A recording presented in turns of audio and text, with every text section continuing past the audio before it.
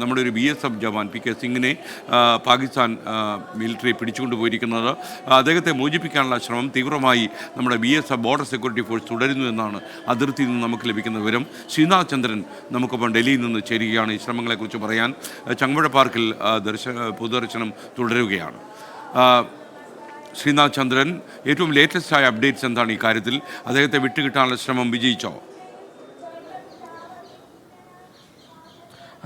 SKN അതിനുള്ള ശ്രമം ഇപ്പോഴും ഇന്ത്യ നടത്തുന്നുണ്ട്, ഇന്ത്യൻ സൈന്യം നടത്തുന്നുണ്ട്. ഒരു ഫ്ലാഗ് മീറ്റിംഗ് നടത്തി അദ്ദേഹത്തെ ചർച്ച നടത്തി തിരികെ ഇന്ത്യയിലേക്ക് എത്തിക്കാനുള്ള ശ്രമമാണ് ഇന്ത്യൻ സേന നടത്തുന്നത്. പക്ഷേ കഴിഞ്ഞ ദിവസം രാവിലെ അതിനുള്ളൊരു ശ്രമം നടത്തിയെങ്കിലും അതിനോടൊന്നും സഹകരിക്കാൻ പാകിസ്ഥാൻ ആർമി തയ്യാറായിട്ടില്ല എന്നതാണ് ദുഃഖകരം. ഏതായാലും അദ്ദേഹത്തെ വിട്ടുകിട്ടാതെ ഒരു ഒത്തുതീർപ്പ് ഇനി എന്തായാലും ഉണ്ടാകില്ല എന്ന കാര്യം സംശയമൊന്നുമില്ല.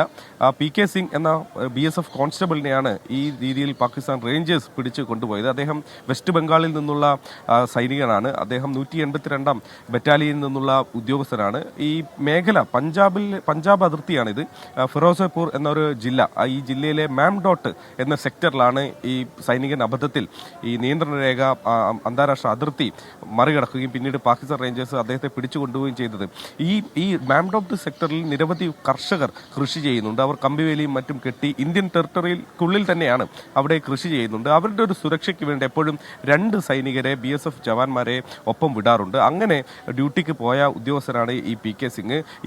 ഈ വേനൽക്കാലത്ത് രാവിലെ 9 മുതൽ 5 മണിവരെ സമയത്താണ് ഇവർക്ക് കൃഷി ആവശ്യങ്ങൾക്കായി ഈ മേഖലയിലേക്ക് വരാൻ കഴിയും. നമുക്കറിയാം, അതിർത്തി മേഖലയായതുകൊണ്ട് എപ്പോഴും വന്നു പോകാനുള്ള സൗകര്യമൊന്നും തന്നെ ഉണ്ടാവില്ല. അതുകൊണ്ട് ഈ നിശ്ചിത സമയത്തിൽ വന്ന് കൃഷി ജോലികൾ ചെയ്ത് മടങ്ങിപ്പോകേണ്ട കർഷകരാണ്. അവരെ സഹായിക്കുന്ന കിസാൻ ഗാർഡ് എന്നതാണ് ഇവരെ വിശേഷിപ്പിക്കാറുള്ളത്. 2 കിസാൻ ഗാർഡുമാർ പോകാറുണ്ട്. അതിലൊരാളാണ് PK സിംഗ്. അദ്ദേഹമാണ് അബദ്ധത്തിൽ ഈ അതിർത്തി മറികടക്കുകയും പിന്നീട് പാകിസ്ഥാൻ റേഞ്ചേഴ്സ് അദ്ദേഹത്തെ പിടിച്ചുകൊണ്ടുപോയി ചെയ്ത്. യഥാർത്ഥത്തിൽ ഈ അതിർത്തി BSF ജവാന്മാരോ അല്ലെങ്കിൽ പാകിസ്ഥാൻ റേഞ്ചേഴ്സിന്റെ ഉദ്യോഗസ്ഥരോ അബദ്ധത്തിൽ മറികടക്കുന്ന ആദ്യമായൊന്നുമല്ല. ഇതിനു മുമ്പും പലവട്ടം അങ്ങനെ സംഭവിച്ചിട്ടുണ്ട്. അപ്പോഴൊക്കെ അത് അബദ്ധമാണെന്ന് മനസ്സിലാക്കുന്ന സമയത്ത് ഫ്ലാഗ് മീറ്റിംഗും മറ്റും നടത്തി അവരെ വിട്ടുകൊടുക്കുന്നതാണ് പതിവ്. പക്ഷേ ഇപ്പോഴത്തെ ഒരു സാഹചര്യത്തിൽ ഇരു രാജ്യങ്ങൾക്കുമിടയിലെ ബന്ധം ഇത്രയധികം മോശമായി നിൽക്കുന്ന സാഹചര്യത്തിൽ ഒരു അനുനയത്തിന് പാകിസ്ഥാൻ ഇതുവരെ തയ്യാറായിട്ടില്ല. ഇന്ത്യ അതിനുള്ള ശ്രമം നടത്തുന്നുണ്ട്. അദ്ദേഹത്തെ തിരികെ കിട്ടാതെ ഇന്ത്യ ഏതായാലും പുറകോട്ട് പോവുകയുമില്ല. അതിനുള്ള ശ്രമങ്ങൾ ഫ്ലാഗ് മീറ്റിംഗ് എന്നതാണ് ആദ്യത്തെ ഒരു ശ്രമം. പിന്നീട് മറ്റ് വഴികൾ കൂടി ആലോചിക്കേണ്ടി വരും. ഇനി ഒന്നും നടന്നില്ലെങ്കിൽ ഈ പാകിസ്ഥാൻ അകത്തേക്ക് കടന്നു പോലുമുള്ള ഒരു സർജിക്കൽ സ്ട്രൈക്കിലേക്ക് ഇന്ത്യ പോയേക്കും. പക്ഷേ അതൊക്കെ ഏറ്റവും അവസാനത്തെ ഒരു ഘട്ടമാണ്. അത്രയും ഒന്നും എത്താതെ തന്നെ ഈ പ്രശ്നം പരിഹരിക്കാൻ കഴിഞ്ഞേക്കുമെന്നതാണ് പ്രതീക്ഷ. SK